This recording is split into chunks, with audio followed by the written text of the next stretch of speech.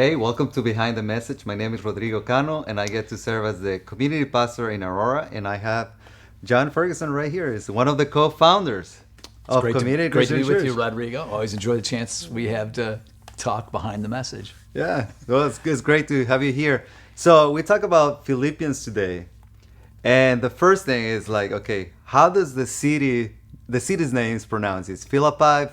How do you say it? What are the options? There's a lot of options. Well, I think even in the talk, I said Philippi and Philippi. It's hard to distinguish between two.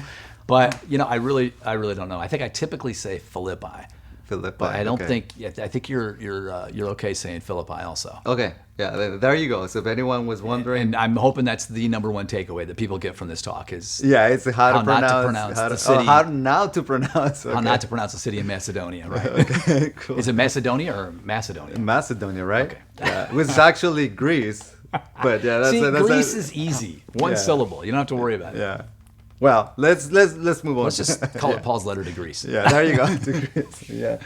We talk about allegiance, and you talk this idea of talking about allegiance is not something that we really think about, but we offer our allegiance like all the time. Mm-hmm. And so, like, how would you describe allegiance? Yeah, well, and we mentioned this in the talk a little bit, but I think allegiance as opposed to just sort of like cognitive agreement where we know something to be true. Yeah. Allegiance takes it far beyond that. It's faithfulness, it's fidelity, it's commitment, it's being all in for, in this case, someone, and that being Jesus. And I think the ramifications of that are huge. My hope is that when we talk about allegiance, we recognize that this is 100%. This is all in, and not that anybody has ever really arisen to that level. But that's what we're called to. Yeah. And so I think so often we want to pledge allegiance to Christ, but then we're holding on to different areas of our life, and I almost think of it as like territories. If this is a kingdom, well, okay, God, Jesus, you can have that part of my kingdom, but I'm going to hold on to this. You're going to hold on to this part, yeah. Yeah. So allegiance to me is like, you're all in. Yeah, and I mean, there's a lot of things that this passage covers, but I want to move into this idea of servanthood. Okay. That he declares himself as the servant of the Lord and what it meant at that time. And you ask a few really interesting questions, like what are you willing to surrender? What would it look like to give your full surrender to Jesus? So what do you think about that? I think you can kind of go to the big things maybe, but I think of it more almost like day to day. Where am I not willing to serve even the people that maybe live under the same roof as me? My wife, in this case, my kids are now young adults. They're grown, they're out of the house. There are plenty of opportunities for me to serve my wife. Yeah. And in turn, I'm actually serving Jesus, and I choose not to. Yeah. And it could be, as simple as, having the opportunity to pick something up and not picking it up, having the opportunity to run an errand without being asked, and just not, just choosing not to do that. Yeah.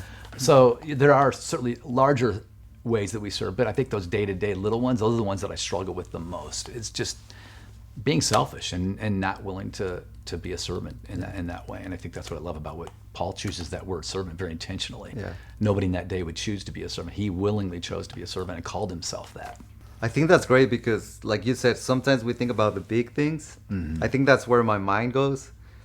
Yeah, how do I act like a servant in the big things, but in the smaller things? And I think that's a call for all of us to examine our lives and really see what are some of those areas where we can surrender. And I would love to hear what yours are, because another thing that comes to my mind is, a true servant doesn't care if they're recognized or not. Doesn't care if they get any applause, if anybody notices. Yeah. And then go back to the home front again. Home front or workplace, either one. I want the recognition. I want people to notice. Yeah. I'll just admit it. I do. Yeah. And so that's something for me personally I have to fight against all the time. Am I willing just to do something even if nobody notices? Yeah. What about you? What's it like for you? Yeah, if I think about the smaller things, maybe I can think about my family as well, and especially I always say my relationship with my daughter right now, which she's a teenager now, and she's coming to this age where things get a little bit crazy. But how do I still serve her in a way that is relevant to her, and that is useful to her, even when they teens don't really give you recognition for anything, right? No, it's a great point. And so like, how do I do that in a humble way, Right. in a way Well, that that's a great example, because those relationships like that probably are one of those situations where you're not going to get a whole lot of recognition. Yeah. You might get a thanks, you might not. you probably not. Probably not. But I will say, to Rodrigo's credit, one of the things I do know, you're super intentional about the time you spend with your daughter, and I know that you take even like small vacations, just the two of you. And I mean, to me, that's you're serving her. You're doing stuff that she wants to do, and she may never, recognize it and say thank you. Down the road, she probably will. Probably, especially yeah. starts to realize, oh, not all dads do this. Not everybody gets to go away with their dad or spend time, in the city with their dad. So. Yeah. But I think that's great for all of us to think like what areas in our lives we get to become servants of Jesus. Because once again, like when we serve people around us in meaningful ways, even they may seem small, like at the end of the day, like you mentioned, we're serving Jesus and the call that he has for us. And that's where it just gets super tangible. One last thing before we finish: to live Christ, to die gain. And I'm just reminded, like, I grew up in Mexico, like that's not a secret. So I grew up in Mexico, and this idea of suffering, the idea of we talked about it a few weeks ago. This idea of suffering is not too foreign for a lot of people outside of the United States. And so I remember a lot of the people that I grew up in church, that they were coming to an age where they have to start thinking about death. I remember some people saying, "I'm ready. Yeah. Like I wanna be with God." But that's not something that I often hear. And you share a powerful story about somebody who said, like, "I don't want to die, but I'm ready." And so that contrast, like, how do you wrestle with that?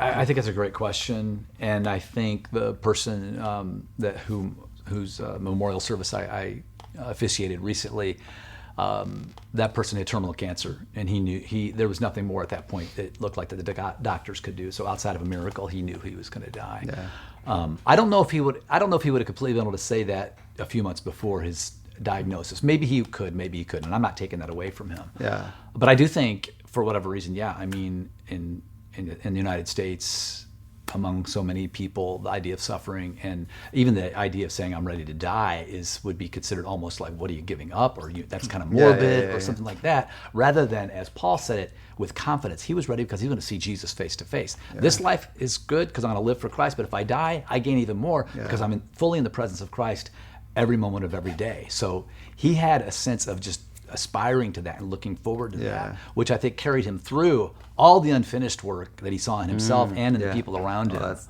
awesome. But what you tell me, I mean, I think you provide some great insight on this when you look at, like, from a cultural standpoint. Yeah. Why do you think we're so not good at suffering and maybe have a different view of what death will bring? I mean, I think the idea of comfort in the States, I mean, even me as an immigrant, I come to the United States, and I come because, it's different than the country where I grew up, and there's a lot of comfort, and there's a lot of things that this country offers that it's really hard to give up. To be honest, it's really hard. Like, you get used to a certain lifestyle and all of these things. And so the idea of being with God, which seems nice, but at the same time, like, I want to enjoy all of these.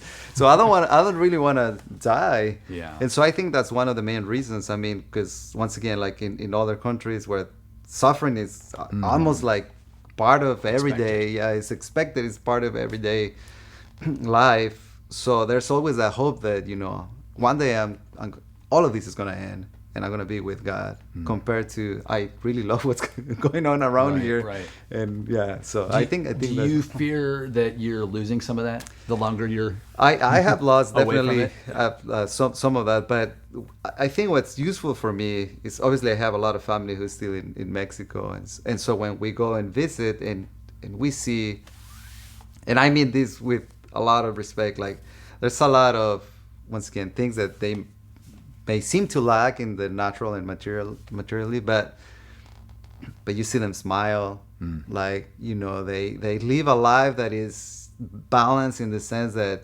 they work really hard, but they also celebrate and parties and enjoy and all of those things that sometimes we focus here. Once again, I don't mean it as a criticism.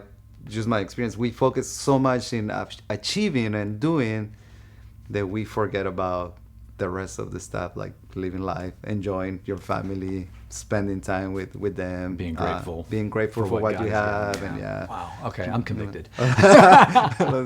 Yeah. No, that's powerful. Thanks for sharing that. Yeah, that's good.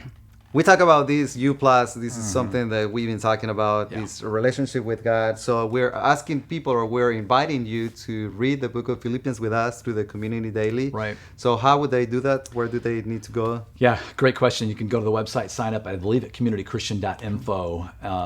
The community daily is great. I don't know if you use it a part of your regular devotional time. I do too. It comes to your inbox at like 4 a.m, way before you're up. So when you wake up, it's right there.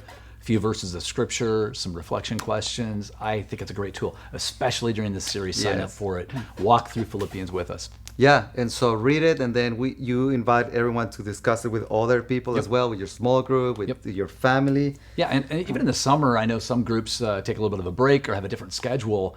This is a great opportunity just to consider getting together with a small group of people, maybe for 4 weeks. It's sort of like a midsummer sort of group experience where you walk through Philippians together and just talk about what you're learning or experiencing, or even on Zoom. I mean, there's lots of different ways to do that. Yeah, that's a great idea.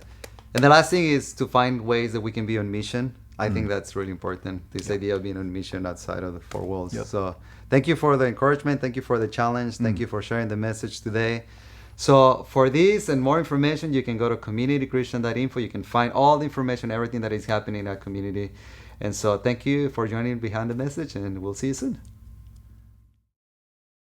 They're making fun of me, Michael. I pronounced Philippi, and Philippi. Yeah, we're not surprised. Yeah, you changed it in the message. Hey. I was just trying to be inclusive. You know? Trying to be inclusive. We're not to divide. You want to call it Philippi, I call it Philippi. You call it Philippi, I call it Call Philippi. it whatever you want, yeah. Tomato avocado. Yeah, exactly. Yeah, right.